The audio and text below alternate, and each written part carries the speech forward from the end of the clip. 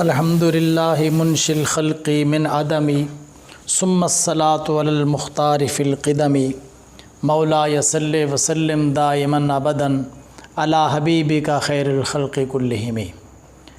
کنز التعلیم و تدریس کے سامعین و حاضرین، محمد شفیق الرحمن آپ کی خدمت میں عربی گرامر لے کر حاضر ہے۔ آج ہم یہ پڑھیں گے کہ انسان کی زبان سے جو کچھ نکلتا ہے، جو ادا ہوتا ہے، اس کی اقسام اور ان کے مطالب، مفاہیم اور معانی۔ یہ بات ہمیشہ یاد رکھیے کہ ہم اپنی زبان سے جو کچھ بھی بولتے ہیں اس کو لفظ کہا جاتا ہے، چاہے ہم نے جو کچھ بولا ہے اس کا کوئی مطلب اور مفہوم ہو، چاہے وہ بے مطلب اور بے مفہوم ہو، وہ لفظ بہرحال ہوتا ہے۔ بعض اوقات ہم بے مفہوم اور بے معنی لفظ بھی زبان سے بولتے ہیں، ان کا کوئی مطلب نہیں ہوتا لیکن وہ لفظ ہوتے ہیں۔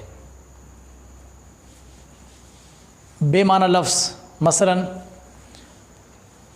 ہماری زبان میں استعمال ہونے والے لاحقے، عام طور پر جس طرح ہم اردو کے اندر بولتے ہیں کہ کوئی پانی وانی لاؤ، چائے وائے پئیں، تو یہ چائے کے ساتھ جو وائے کا لفظ بولا، یہ وائے کا کوئی مطلب نہیں ہے۔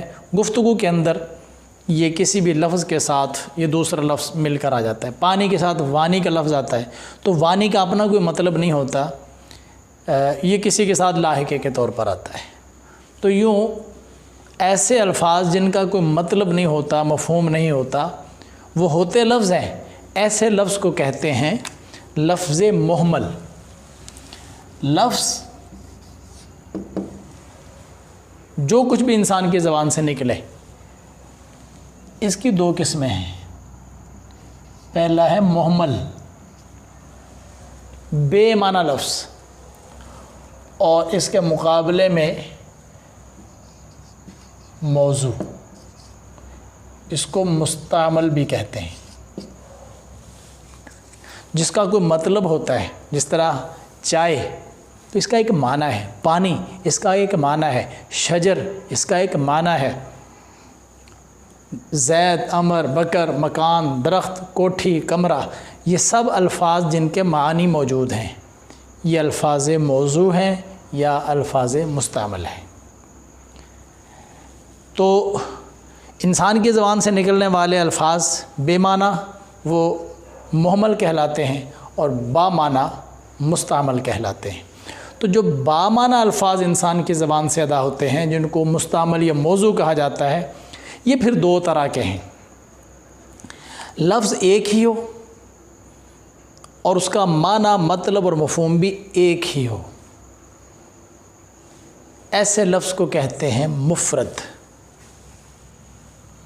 موضوع لفظ یہ پھر یوں تقسیم ہوتا ہے: اکیلا لفظ، ایک معنی، لفظ بھی ایک ہو، اس کا معنی بھی ایک ہی ہو، تو وہ ہوگا مفرد۔ اور ایک سے زیادہ الفاظ، اس کو کہتے ہیں مرکب۔ مفرد اکیلا لفظ، لفظ بھی اکیلا، مطلب بھی اس کا ایک ہی، اور ایک سے زیادہ ہوں تو ان کو کہیں گے مرکب۔ مرکب کا ویسے بھی مطلب ہے جڑا ہوا، تو ظاہر ہے کہ جڑا ہوا وہی ہوگا نا جو ایک ہو اور ایک اور ہو تو ان کو وہ جڑے ہوئے ہوں۔ مفرد اکیلا لفظ اور مرکب جو ایک سے زیادہ۔ تو اب یہاں سے ہم چلے، لفظ کی دو قسمیں مہمل اور موضوع، موضوع کی دو قسمیں مفرد اور مرکب۔ تو مفرد جو لفظ ہوتا ہے اس کی پھر آگے تین قسمیں ہیں۔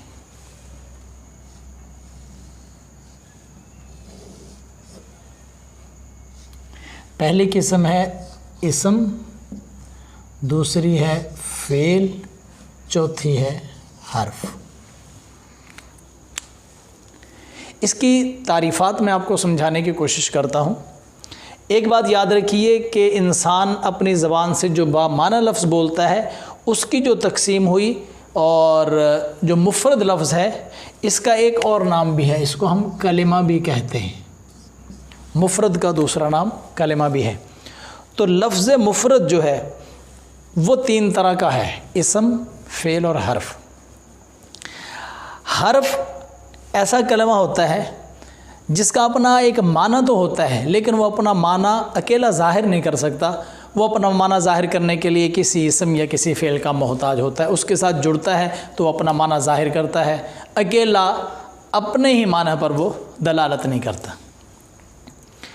اب رہے گی فعل اور اسم، یہ دونوں اپنے معنی پر دلالت کرتے ہیں، اپنا معنی ظاہر کرنے کے لیے کسی کے محتاج نہیں ہوتے۔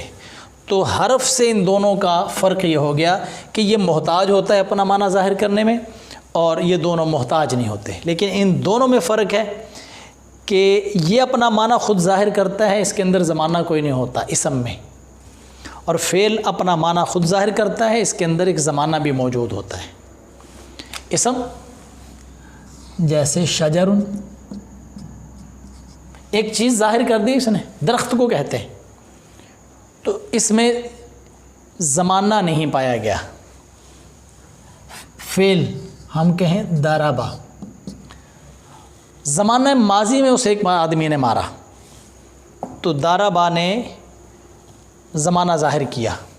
حرف من، اس کا معنی ہوتا ہے سے، الا، اس کا معنی ہوتا ہے تک۔ تو اگر من کے ساتھ ایک لفظ لگا دیں، من البصرۃ الی الکوفۃ یا من المکۃ الی المدینہ، تو پھر تو معنی ظاہر ہو جائے گا کہ مکہ سے مدینہ تک، ورنہ اکیلا من اور اکیلا الا یہ اپنا معنی ظاہر نہیں کرتا۔ تو یہ اسم کلمے کی 3 قسمیں ہو گئی، اسم، فعل اور حرف۔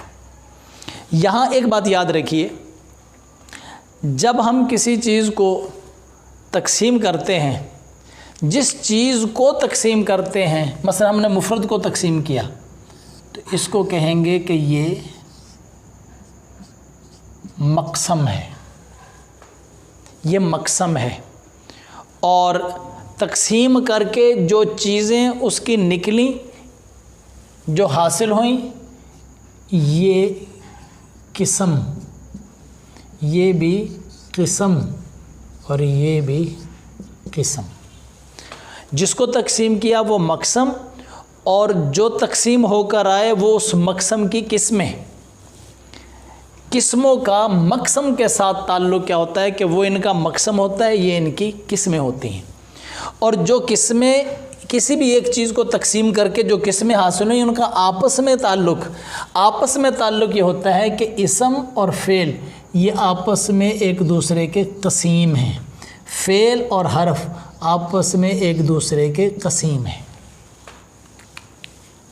جس کو تقسیم کیا وہ مقسم، اور تقسیم کر کے جو قسمیں حاصل ہوئیں وہ اس مقسم کی قسمیں، اور جو قسمیں حاصل ہوئیں وہ آپس میں ایک دوسرے کے قسیم۔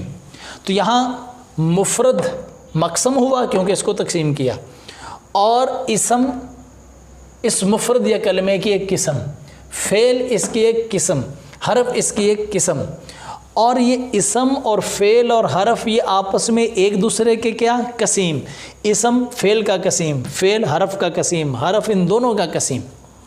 جس طرح ایک ماں باپ کی جو اولاد ہوتی ہے، باپ اس اولاد کا باپ ہوتا ہے، یہ اپنے باپ کی اولادیں ہوتی ہیں اور آپس میں ایک دوسرے کے بہن بھائی ہوتے ہیں۔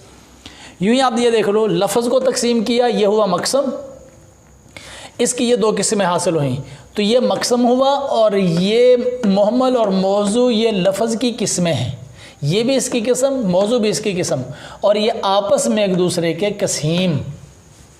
اس کو دیکھ لو، موضوع کو ہم نے تقسیم کیا تو یہ موضوع مقسم ہو گیا، اس کی 2 قسمیں ہو گئیں، اکیلا لفظ، ایک سے زیادہ الفاظ، مفرد اور مرکب۔ تو مفرد لفظ موضوع کی ایک قسم ہے، مرکب لفظ موضوع کی ایک قسم ہے، لیکن مفرد اور مرکب آپس میں ایک دوسرے کے قسیم ہیں۔ تو یہ 2 باتیں آج کے سبق کے اندر اگر آپ کے ذہن میں رہیں، اس سے آگے انشاءاللہ اگلی گفتگو اگلے سبق کے اندر کی جائے گی۔ اللہ رب العزت کی بارگاہ میں دعا ہے خلاق کائنات ہمیں علم نافع اور عمل صالح کی توفیق عطا فرمائے۔ وآخر دعوانا ان الحمد للہ رب العالمین۔ السلام علیکم ورحمۃ اللہ وبرکاتہ۔